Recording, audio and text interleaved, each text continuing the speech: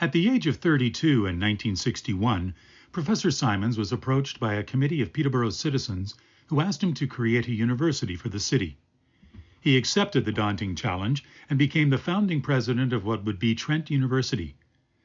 His vision for Trent as a fully formed collegiate university brought the institution to life and has sustained it for more than 55 years. A place where everyone would know everyone else and all members of the community would intermingle and interact. Tom Simons and I talked a lot about the creation of Trent University. It's something that is near and dear to me in my work, working with collegiate universities around the world. And I would often ask him, so were you trying to create an Oxford? You know, they called it the Oxford on the Autonomy. Did you want to create a new U of T? And he actually said, no, I'd gone to Oxford and I'd gone to the U of T, and they'd sort of lost the wheel. They were not the universities that they were meant to be. And so in creating Trent, he wanted to recreate the essence of what was supposed to be behind the collegiate experience in Oxford and supposed to be behind the collegiate experience. And what is really special about Trent is it was a purpose-built collegiate university. Most collegiate universities, the ones we know of, you know, Harvard, Oxford, Cambridge, Durham in the UK, took hundreds of years to become a collegiate university. New colleges were built and added on, changed. Trent was purpose-built with its colleges and meant to come out and hit the ground running. And I think that is a great legacy, this idea of a purpose-built collegiate university where collegiality was always at the center. It wasn't something that the university came to realize. It was in its DNA, this collegiate sense. Tom's vision for the college system and the multidisciplinary approach to learning, which is the backbone of Trent University, that's a legacy that should well endure for centuries. There are so many fond memories of Tom. I was there on the shores of Champlain College when Tom was addressing the students and suddenly decided to dive into the Otonabee River, fully clothed, in his suit, still smoking his pipe, still wearing his watch and wallet. And I was there when he officially opened the bridge across the Otonabee River, joining east to west. And there when we ran across a frozen curved lake towards the reserve at the end of an 11K run. But my favorite memory was being one of the organizers of the student demonstration back in the 60s, when nearly half the university marched on his offices to plead with him to stay on as president of the university and not to accept an offer to go to a very high-profile appointment in Ottawa. I'm so glad to think that we were able to let Tom know directly, even way back then, how much we appreciated and admired his vision for the university and how much we appreciated and admired him personally. Tom was brilliant at engaging with the students. He knew all of our names. I've never been able to figure out how he was able to do that. But from the very earliest days, he'd go up and he'd address you by name. He was a leader, but he was a leader in a very interesting way. He was a gentleman. He was very reserved and quiet, but he had this vision for Trent University. And we all got imbued with that vision. So we followed him like a leader. He wasn't out there, you know, his arms waving and being a demagogue. He was just quietly doing his thing, engaging with all of us. And we did follow him like a Beatle, like a rock star. He was a very big man with a very big vision that encompassed and incorporated everybody else's vision.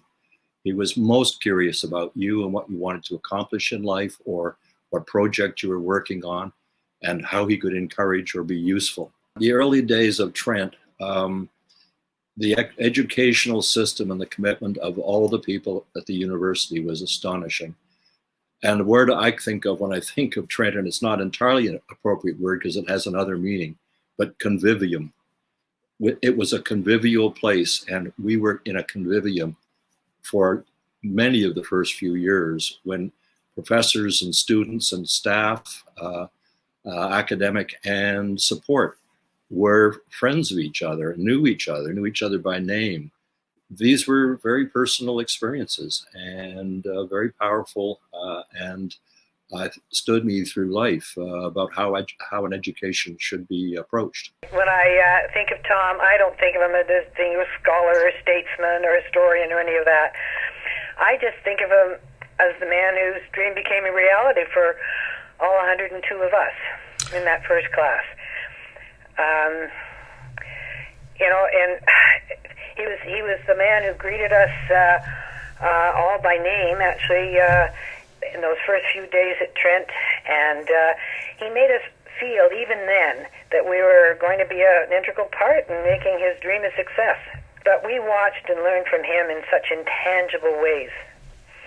Like it was his calm demeanor, his non-confrontational style, his great sense of humor, his genuine interest in people from all walks and stations in life, and his determination to achieve his goals, always expanding to reach new horizons, like he was always looking ahead. And, through Tom, we were introduced to politicians, authors, musicians, scholars, and those were opportunities that we would have never have had. My first experience meeting Tom, as for many, was a memorable one. I arrived at Trent as an undergraduate in 1966, bright-eyed, bushy-tailed, and I was invited to a sherry party to meet the faculty and other students. And I look over, incoming, here comes Tom Simons, who was already a legend in my mind. He stuck out his hand, said to me, "Don Tapscott, welcome to Trent. How was your trip from Aurelia?" And I was stunned at the time. Of course, I learned later that he had studied the photographs of the incoming class so that he would know them. I don't think to be cute, but rather to show through his own example that this was a culture where learning was going to be personalized and where people would do their homework and work hard. And that memory has lasted throughout my life. During the school years, twice I remember, and we had this organization, anybody could belong to International Students Organization. He invited all of us together with faculty of our choice and other members of the university to his house on Park Street for a reception. And that's how we get to know all other students.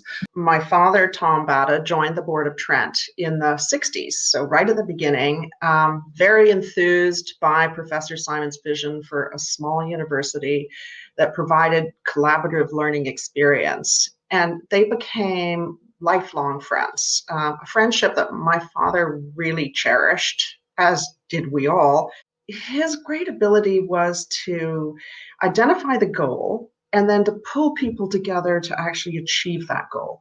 And he was always this very calm voice of wisdom, listening to all of the points of view and helping people to understand each other's point of view. And that is such an amazing talent to have had.